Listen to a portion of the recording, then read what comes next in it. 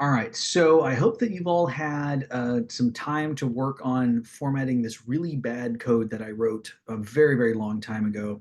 Last time we covered rules for how we write a code paragraph, like the grammar rules. Like, in English, we have sentences start with a capital letter, sentences end in a period. We use comma and to separate two independent clauses, but if one's an independent clause and the other's a dependent clause, then we don't use a comma and, we just use and, stuff like that. There's a whole bunch of rules to English grammar that we stole from other languages because we're shameless like that. But anyway, there's also rules to writing code. And so we gave some examples for how to do that. And then I left you with an assignment. I said, fix this atrocious code. So now we're going to take a look at a better version of this code. So first of all, you see, hey, I have metadata up at the top. I have a title for this script. I say, this is what I'm doing in the script. I also say who did it, and then I give a date for when this code was written. I then spin up a section. So I've got a section right here, and this section has a title to it.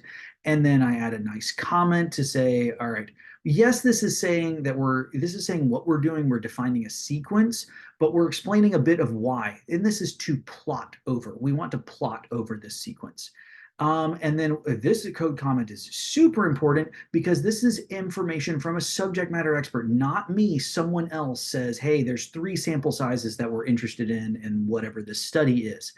And here's another comment here talking about like, why am I doing this? And there's a homework 1.7 to 1.10 for this class that I was doing a million years ago, and that's why we're doing it. And then we're doing this for loop here. Again, I probably shouldn't have written this as a for loop, but it's okay. We've got we're learning. So I guess back then I didn't know any better than to just write everything with a for loop. But I've got comments. You see, I've got white space. Things are broken up. This is much easier to see, to read, to understand than this. If I had sent you this and said, here, just use my code, you would look at this and be like, what in the world is all of this? If I send this to you, you may say, you know what, I don't understand exactly what you're doing in these particular sections, but you could absolutely start working on this script. And then there's a comment on the end that sort of gives a summary of what we found when we did this. Okay. So this is where I want to do another exercise just right off the bat. I know we're pretty early in this video. Some of you may have taken an R class before. And if you have, I want you to go dig up one of your old R code scripts from a previous semester or a previous class. And I want you to look at, to be honest with you, probably how bad it is. And here's the other thing. A lot of times, if you're taking a class, that R script that you got, it was a script from maybe one of your professors or their grad student or their TA or whatever. They just sent it to you and said, hey, just use this. All you have to do is just change your data set up at the top and run it and it'll work. And you go back and you might look at it now and you're like, oh wow, this is a mess. So go find an old R script. If you don't have one, go partner with a neighbor who does have one and start commenting on that script and think about how you could do it better. So I will pause here. All right, so hopefully you've had a few minutes to go and talk with your neighbors about what makes a good R script, or you've got these old R scripts or whatever, and can we make it better? Can we fix some of the problems in the documentation? Can we give better names, add spaces, add alignment, make it structured to where it's just nicer to read, so our eyes don't just like look at it and just completely glaze over like if you had seen something like this. But give yourself a chance. Give yourself a chance to actually understand what's going on in the script. So this is sort of the next major phase here is how do we organize the files within a project. So going back to this analogy of writing an essay is built of paragraphs, and those paragraphs should be connected to each other in a way that helps lead the reader towards an ultimate conclusion. Similarly, your scripts should be somewhat connected to each other and lead the person that's using this project to the ultimate conclusion, i.e., the results page or the manuscript that you're writing. So we should start with an introduction, probably like a README file, and then we have scripts for, importing the data, exploring the data, cleaning the data, feature engineering, modeling the data, building your graphs of your results, building your tables of your results, and all of these pieces come together, and they come together in sort of this giant body of work, which in the English, like English Lit class, would be the essay. In coding is going to be the code project. Okay. A quick aside here. A lot of people think about computer code and they say, "Oh, I want to make my code fast." I'm going to say that this statement right here: efficient computing is not about making bad code run faster. Okay, and here's why.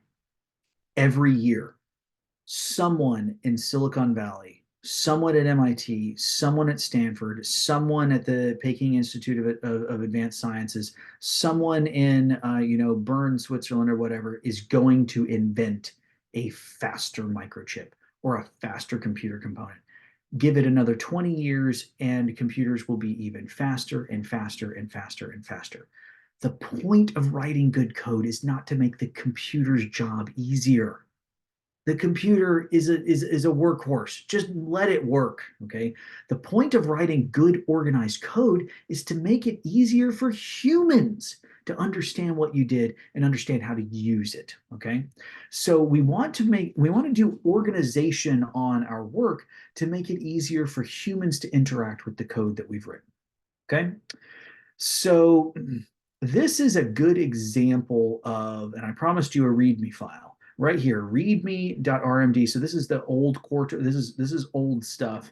Now it would be .qmd for a Quarto document, but this is old R Markdown code, which is the previous version, like Quarto before Quarto was Quarto. So Quarto is R Markdown version 2. This is R Markdown. But there's a README document. This is the introductory paragraph. This is where we say, who are we? Why are we doing this? Why should you care? If you want to use the code in this, if you want to interact with the files in this project, this is what you should do. This is the introduction that helps introduce all of the stuff in this directory to whoever it is that finds it. Okay. And then there's probably going to be a manuscripts folder down in the right here. This is where basically the end result is. This is the quote unquote conclusion of your essay, where all of the work that you've been doing for months finally goes into this manuscript that you send off to your collaborators, and somebody's going to eventually submit it to a journal. So yeah, anyway, so you've got your introduction, the README file, you've got your conclusion, the final results, and that's this probably the manuscript file where you're actually writing the manuscript. And then you've got all of these different components in the middle that actually help build the science that goes into the manuscript. And so you're going to have things like a data directory. And inside this data directory, if you're modifying your data, like cleaning it up, you're probably going to have like a data underscore raw folder where you put the original data files, and then you'll have another data folder called data underscore processed or data underscore wrangled, where you put the data that's been cleaned up so that you don't have to go back and rerun those scripts every single time. The code directory is going to have a bunch of your scripts in it, probably all of your scripts. Literature. This is where you're going to put other papers that you're citing, that you're constantly referencing back to, and you're like, oh yeah, how did they do it in this other paper? That stuff goes here. I don't mean every single paper that you end up citing, but you know the ones that you really ended up having to read from top to bottom like multiple times to figure out what they did and why, or why your method is better than their method, or why what they did is wrong, or why what they did is right and you're extending it. Like that's the stuff that goes in here. There should be a couple of papers in here that are critical foundational papers for your research, and that goes here because you're referencing them constantly. If you need to take, like, I'm calling this screenshot, but really this should probably be called figures, or figures and tables or something like that. But this is where you're actually putting in, like, if you build a figure, you build a table, this stuff goes in here. So I've got an overview here. This is our scripts, the package directory. So that would be this one right here. We've got a If we had built a package, that would be cool. If not, that's fine. Raw and clean data goes into data.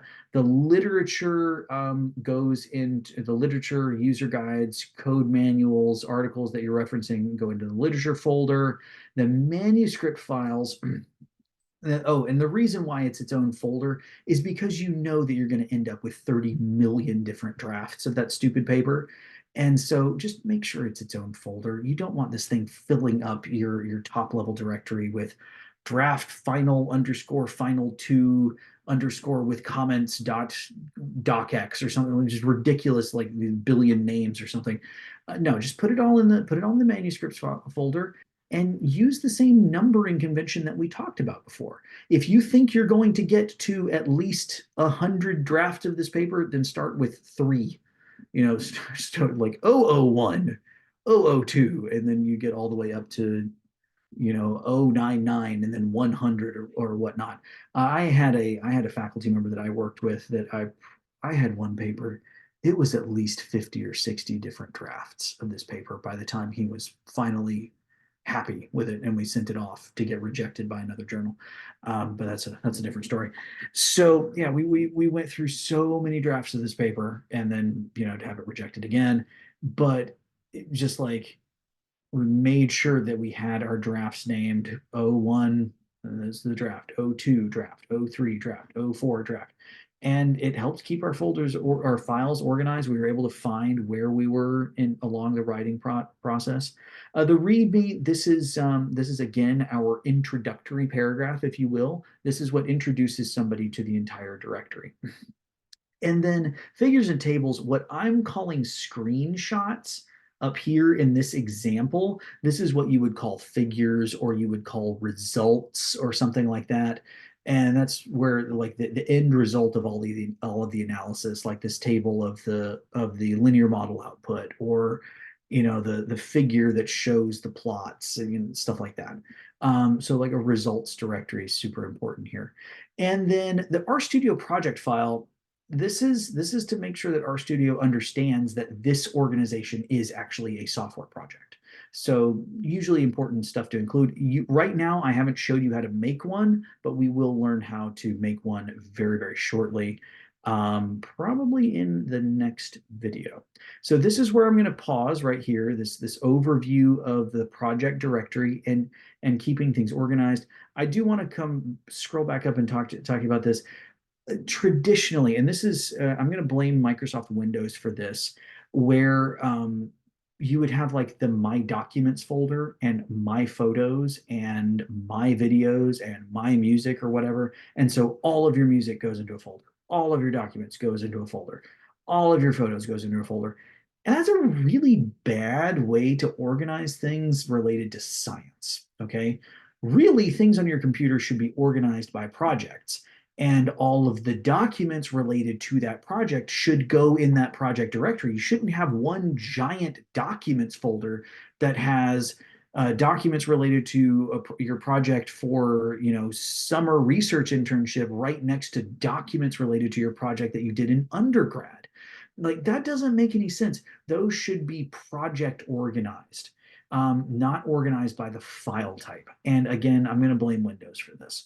It taught people bad computing habits. We're going to hopefully unlearn some of those habits this semester. So anyway, we're gonna take a break for now, and I will see you soon.